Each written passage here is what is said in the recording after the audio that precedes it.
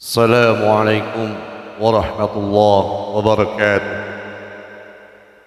إن الحمد لله نحمده ونستعينه ونستغفره ونعوذ بالله من شرور أنفسنا ومن سيئات أعمالنا. من يهده الله فلا مضل له ومن يضلله فلا هادي له.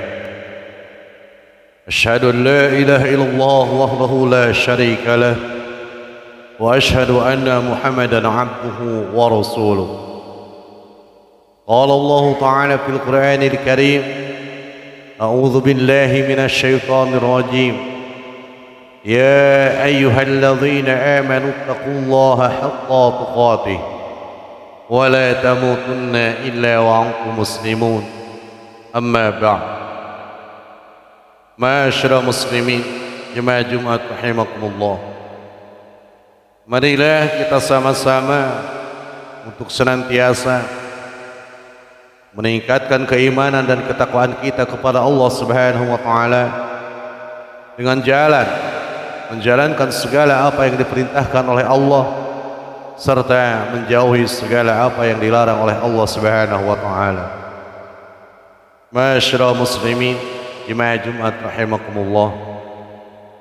Di dalam Al-Qur'anul Karim surat Al-Baqarah ayat 271 Allah Subhanahu wa taala berfirman: A'udzu billahi minasyaitonir rajim. In tubdus shadaqati fa ni'mahi wa in tukhfuha wa tu'tuha al-fuqara fa huwa khairul lakum wa yukaffiru ankum min sayyiatikum wallahu bima ta'maluna khabir. Allah berfirman, jika kamu menampakkan sedekahmu maka itu adalah baik sekali, dan jika kamu menyembunyikannya dan kamu berikan kepada orang-orang fakir maka menyembunyikannya itu lebih baik bagimu, dan Allah akan menghapus dari kamu sebagian kesalahan-kesalahanmu, dan Allah mengetahui apa yang kamu kerjakan. Ma'asyiral muslimin, jemaah Jumat rahimakumullah. Dalam sebuah riwayat dijelaskan bahwa para sahabat pernah bertanya kepada Nabi Muhammad SAW tentang cara mengeluarkan sedekah. Hal yang dipertanyakan adalah mana yang lebih utama, mengeluarkan sedekah secara diam-diam atau mengeluarkan sedekah dengan cara terang-terangan.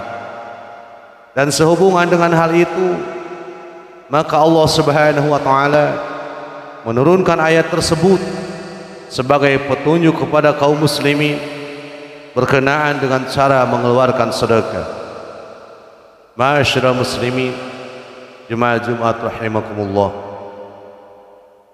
Adapun hikmah mengeluarkan sedekah sunnah secara diam-diam, yang pertama yaitu sedekah yang dilakukan secara diam-diam dapat membelenggu diri dari dorongan untuk berbuat riya dan sum'ah, dan sedekah semacam ini pahalanya lebih besar daripada sedekah yang dilakukan secara terang-terangan.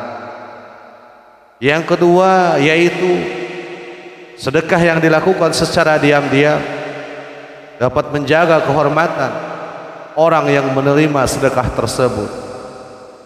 Yang ketiga yaitu sedekah sunnah yang dilakukan secara terang-terangan dapat dimaknakan sebagai penghinaan terhadap orang yang diberi, padahal menghina seorang mukmin tidaklah dibenarkan.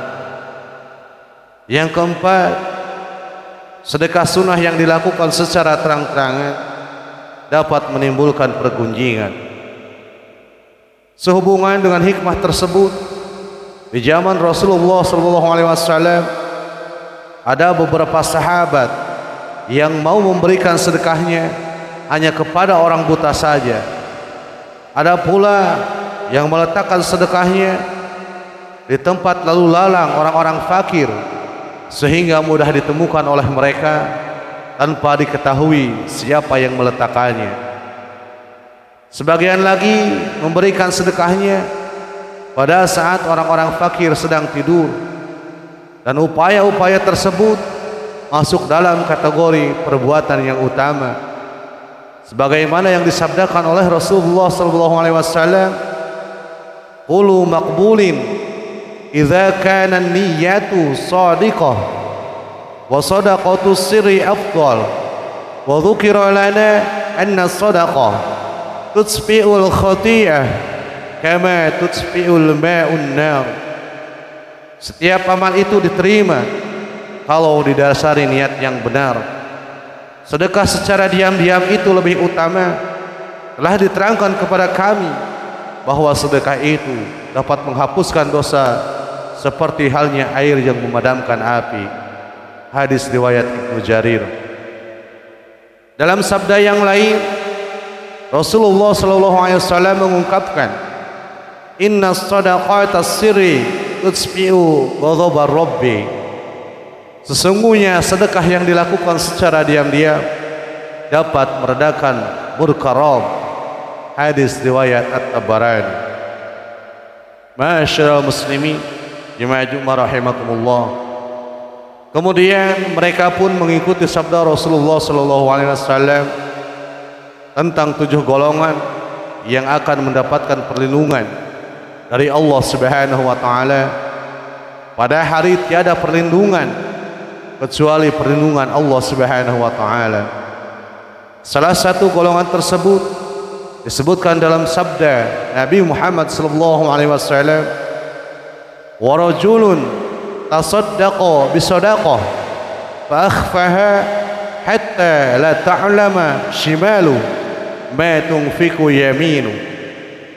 Dan orang yang menyedekahkan suatu sedekah lalu merahasiakannya sehingga tangan kirinya tidak mengetahui apa yang diinfakkan oleh tangan kanannya. Hadis riwayat Al-Bukhari dan Muslim. Pengertian tangan kiri tidak mengetahui apa yang diinfakkan oleh tangan kanan ialah memberikan sedekah secara diam-diam tanpa diketahui oleh orang lain. Tujuannya yaitu bukanlah karena tidak ingin menjadi teladan, tetapi dalam rangka melenyapkan kemungkinan timbulnya riya, manna dan adza. Selain itu, apa yang dilakukan para sahabat adalah dalam rangka ittiba, yaitu mengikuti terhadap sunnah Rasulullah SAW dan konsisten dalam menjalaninya. Barakallahu li wa lakum.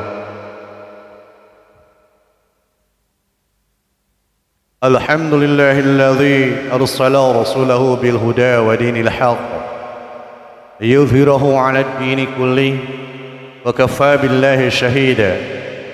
Asyhadu an la ilaha illallah wahdahu la syarika lah wa asyhadu anna Muhammadan 'abduhu wa rasuluh.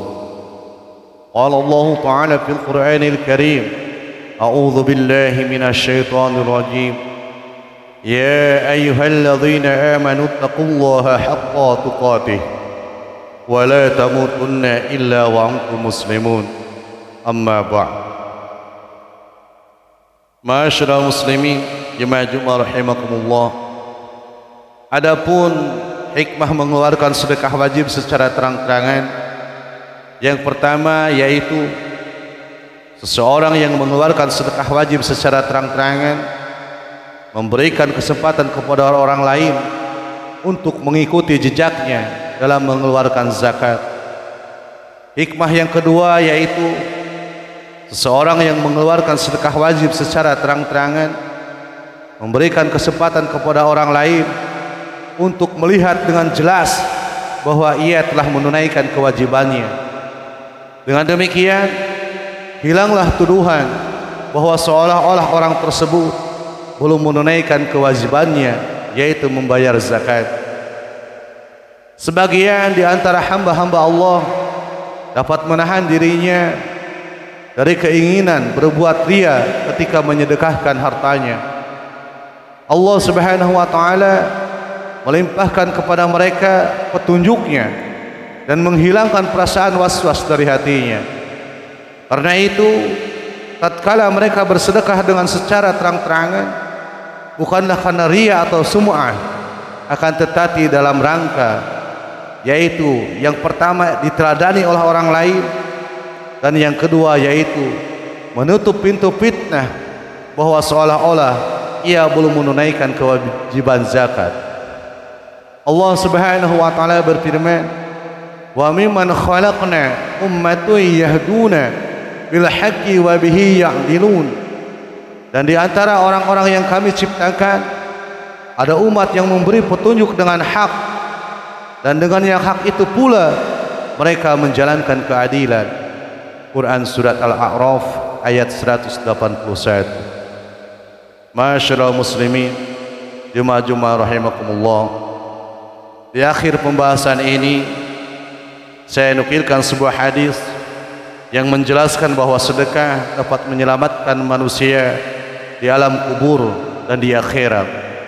Rasulullah sallallahu alaihi wasallam bersabda, "Inna shadaqata la tudfi'u ala ahliha harral qubur wa innama yastadhillul mu'minu yawmal qiyamah fi dhilli sadaqatih."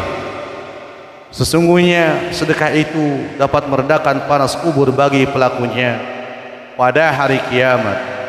Seorang mukmin dapat berteduh di bawah naungan sedekahnya. Hadis riwayat At-Tabarani dan Al-Baihaqi. Masyaallah muslimin, jemaah-jemaah rahimakumullah. Untuk itu marilah kita sama-sama berdoa kepada Allah Subhanahu wa taala. Ya Allah, jadikanlah kami sebagai hamba-hamba-Mu yang senantiasa menunaikan zakat. Hindarkanlah kami dari perbuatan riya dan sum'ah dalam melaksanakan setiap kebaikan yang Engkau perintahkan. Ya Allah, berilah kami perlindungan-Mu pada hari yang tiada perlindungan selain perlindungan-Mu. Ma'asyiral muslimin, jemaah-jemaah rahimakumullah. Rupanya hanya sekian yang bisa saya sampaikan. Mohon maaf apabila banyak kekurangan. Rabbana atina fid dunya hasanah wa fil akhirati hasanah wa qina adzaban nar. Aqulu qali hadza wa astaghfirullah li wa lakum.